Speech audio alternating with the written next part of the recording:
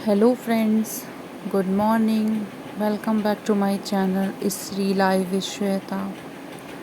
कैसे हैं आप सभी लोग? उम्मीद करती हूँ कि आप लोग बहुत ही अच्छे होंगे, स्वस्थ होंगे, मस्त होंगे और अपने जीवन में आगे बढ़ रहे होंगे।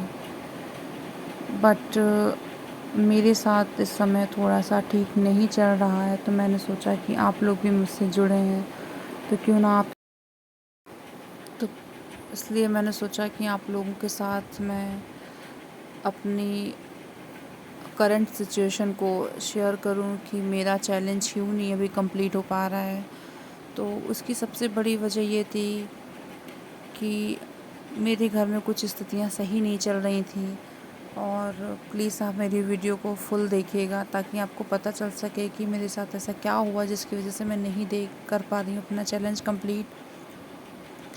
और पता है क्या होता है कि हम लोगों के साथ हमें पता नहीं होता है कि जो चीज़ें हमने अभी टारगेट की हैं कि हम उनको अचीव करने में कितना सक्सेस होंगे। बट हम इस उम्मीद से ही तो वो टारगेट करते हैं, उस एम को बनाते हैं कि हमें ये करना ही करना है। तो करने से पहले तो कोई नहीं सोचता है कि जो मैं टारगेट मैंने बनाया है उसको मैं अचीव कर पाऊँगी अच्छे से कि नहीं, या कर पाऊँगा कि नहीं कर पाऊँगा। बट हम लोग कोशिश बहुत करते हैं कि उसको अचीव कर सके। तो मैं भी वही कर रही थी, बट मुझे पता नहीं था कि मेरे साथ कुछ अभी ऐसा हो जाएगा कि मैं नहीं कर पा रही हूँ सही से। तो हुआ फ्रेंड्स ये कि मेरे हस्बैंड जो थे उनको फ़ीवर आ रहा था, और उनको फ़ीवर आते आते वो सही नहीं हो रहा था और उनको डेंगू हो गया।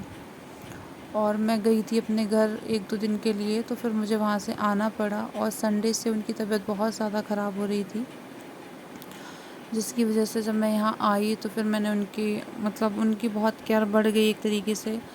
और घर के काम और ज़िम्मेदारियाँ, पढ़ाई, सब चीज़ें आप समझ सकते हो ना कि एकदम अकेले कर पाना कितना पॉसिबल नहीं हो पाता है, लेकिन मैंने कोशिश बहुत करी कि मैं करूँ। और फिर उस दौरान हमारे यहाँ गेस्ट वगैरह सब लोग आ रहे हैं, जिसको पता चलता है ऑब्वियस सी बात है वो आता ही है। तो मतलब ये नहीं कि यही सब चीज़ें चल रही थी, तो हमें पता ही नहीं होता है कि परिस्थितियाँ हमारे साथ क्या नया गेम खेल दें। और मतलब यही सब चीज़ें तो होती हैं ना, जब हम पढ़ रहे होते हैं हमें डिमोटिवेट करने के लिए ये सब चीज़ें बहुत काफ़ी हैं। और मुझे डिमोटिवेशन हो भी रहा था कि बताओ मेरा एग्ज़ाम सर पे है और इनकी इस तरीके से कंडीशन हो गई है और मैं पढ़ नहीं पा रही हूँ।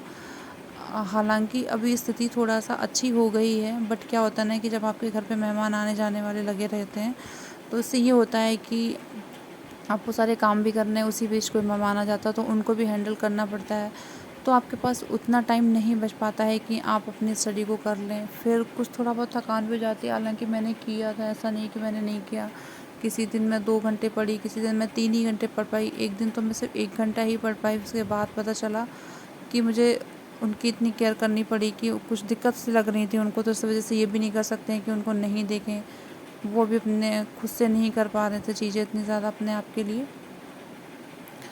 तो यही चीज़ें लगती हैं कि मतलब हम जब अपना कुछ अचीव करना चाहते हैं और वो नहीं मिल पा रहा होता, तो ऐसा लगता है कितना ज़्यादा डिमोटिवेशन होता है।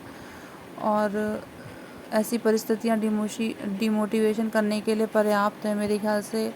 इससे ज़्यादा और क्या ही होगा कि आपके घर में कोई बीमार हो और आप कैसे पढ़ लोगे, कितना पॉजिटिव रह लोगे। आपके साथ भी ऐसा ही होता होगा, बहुत बार परिस्थितियाँ आप लोगों के साथ भी ऐसी आती होंगी कि फैमिली का कोई मेंबर या बच्चा या कुछ भी, कोई भी ऐसे बीमार पड़ सकता है और आपको ही सब देखना पड़ता है। तो यही सब चीज़ें रहती हैं, तो मेरे साथ भी यही सब चीज़ें लगी रह रही हैं। तो इसलिए मैं अपना वीडियो भी नहीं, जब मैं पढ़ ही नहीं पा रही हूँ तो मैं क्या उस चीज़ को रिकॉर्ड कर पाऊँ। और फिर हमारे यहाँ उसी दिन शाम को गेस्ट आ गए थे, फिर खाना वगैरह बनाना था उन सब लोगों के लिए। तो वही मैं खाने की तैयारी कर रही थी, तो इधर मैंने सारा हाथ के हाथ सब कुछ करती जा रही थी। और बहुत ज़्यादा तो मैं नहीं कर पा रही। मैंने सोचा था कि चलो मैं रात में पढ़ लूँगी, बट चीज़ें पॉसिबल नहीं हो पाई क्योंकि खाना बनाओ, सबको खिलाओ, सब चले जाते हैं। उसके बाद फिर थोड़ा थकान जाती, फिर पता चलता है कि मुझे इनके पास बैठना हो रहा है, इनको मेडिसिन देनी हो रही है। इस तरीके की चीज़ें करते करते वो कब टाइम हो जाता है मुझे खुद भी नहीं पता चलता है। और फिर बेबी भी मेरा छोटा है तो उनको भी देखना पड़ता है। इस तरीके से फिर मैंने अपना किचन का ही काम किया, सबको खाना वगैरह खिलाया। इवन कभी कभी ऐसा हो जाता है कि मैं बैठ भी नहीं पाती हूँ किसी गेस्ट के पास में। और मेरी दीदी आई हुई थी, तो उन लोगों को मेरी ननद जी आई हुई थी बड़ी वाली, तो बस मैं उनके पास बैठ भी नहीं पाई, बस मैं किचन में ही लगी रह गई। और फिर वो लोग भी खाना वाना खा के, उनको भी जल्दी निकलना था, तो वैसे भी बहुत लेट हो गया था। तो लेकिन बच्चों की बहुत एंजॉय हो जाता है जब हमारे घर में गेस्ट आते हैं, बच्चों की फुल मस्ती हो जाती है। और आप यहाँ देखिए केशु अपने बुआ जी के बेटे के साथ में कैसे मस्ती कर रहे हैं। ये उनके बड़े भाई हैं, बहुत ज़्यादा शरारत कर, तो मैंने सोचा चलो इनकी एक क्लिप रिकॉर्ड कर ली जाए। और बहुत मस्ती आ रही थी, इतनी शैतानियाँ उन्होंने कर करके दिखाई हैं बहुत ज़्यादा। और ये इतना थक गए थे कि फिर मुझे ज़्यादा इनको कुछ पैम्पर नहीं करना पड़ा, ये बहुत ईज़िली स्लीपिंग कर ली थी इन्होंने।